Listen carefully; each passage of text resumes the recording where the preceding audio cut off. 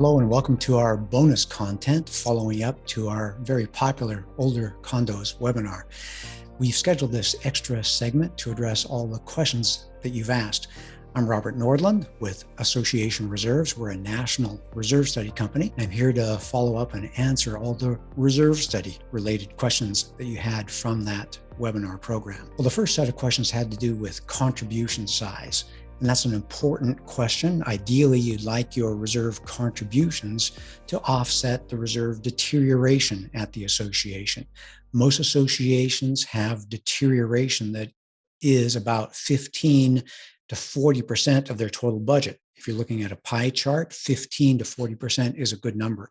A very common deterioration value is 25%. So if you were asking me to guess, I would say you need to be in the range of 25% of your total budget setting aside towards reserves in order to keep up with deterioration.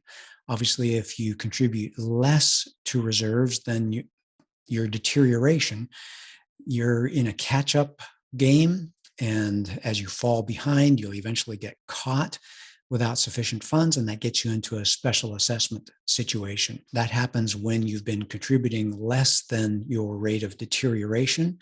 You get behind, and either you're confronted with deferred maintenance, which is or are projects that you need to do now, but you just don't have the money to do, and so they just get worse and worse and worse, and I should say they get much more worse. The cost of deferred maintenance is anywhere from 40 to 100% more than the original budgeted cost. It's a significant increase when you get scope creep. And just for instance, you can imagine that the cost to paint some wood is a nominal cost, but when you delay and all of a sudden it's chipping and peeling, you have a lot of extra prep work, and you even have some carpentry repairs as some of the wood is rotted and deteriorated and needs to be replaced. So do your projects on time. Contributions should be, for most associations, 15 to 40%. Typical is about 25%.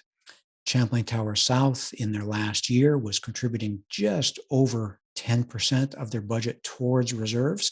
I don't know how long they had been contributing that much, but when I see an association contributing 10% of their budget towards reserves, I think they have a mind to comply with the FHA, Fannie Mae, Freddie Mac recommendations to contribute at least 10% of their budget towards reserves. That's a good idea. Again, associations that are contributing less than their assets are deteriorating, are just heading for problems. In the past, we would consider those problems basically special assessments and the high cost of deferred maintenance. But Champlain Towers South showed us that the high cost can be very expensive as far as safety and lives lost.